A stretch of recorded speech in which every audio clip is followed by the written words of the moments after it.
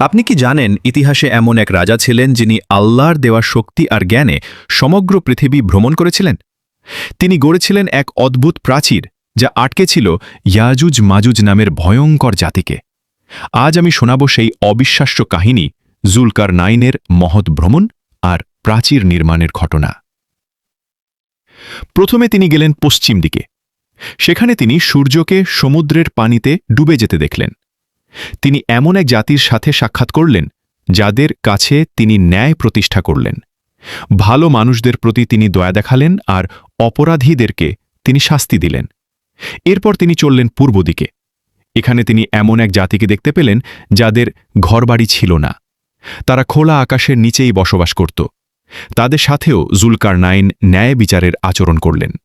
সবশেষে তিনি যাত্রা করলেন উত্তর দিকে। উঁচু উঁচু পর্বতের মাঝখানে এক দুর্বল জাতি বাস করত।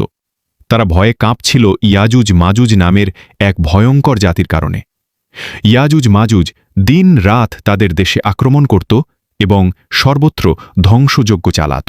তখন তারা জুলকারনাইনের কাছে এসে বলল, হে মহান রাজা, ইয়াজুজ মাজুজ আমাদের অনেক কষ্ট দিচ্ছে।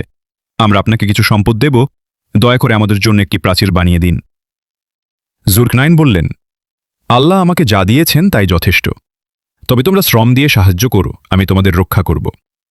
তারপর শুরু হলো এক মহৎ কাজ। জুলকারনাইন দুই পর্বতের মাঝখানে এক বিশাল প্রাচীর নির্মাণ করলেন।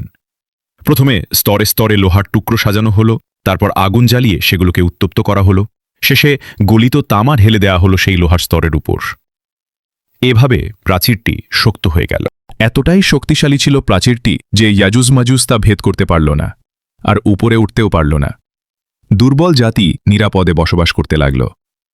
জুলকারনাইন তখন বিনয়ের সাথে বললেন, এটি আমার প্রভুর রহমত, কিন্তু যখন আল্লাহর ওয়াদা আসবে তখন এই প্রাচীর ভেঙে যাবে।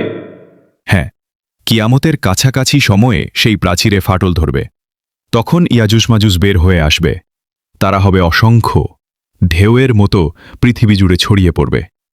তারা দুনিয়ায় ভয়ঙ্কর বিশৃঙ্খলা সৃষ্টি করবে, কিন্তু শেষ পর্যন্ত আল্লাহ তাদের ধ্বংস করবেন।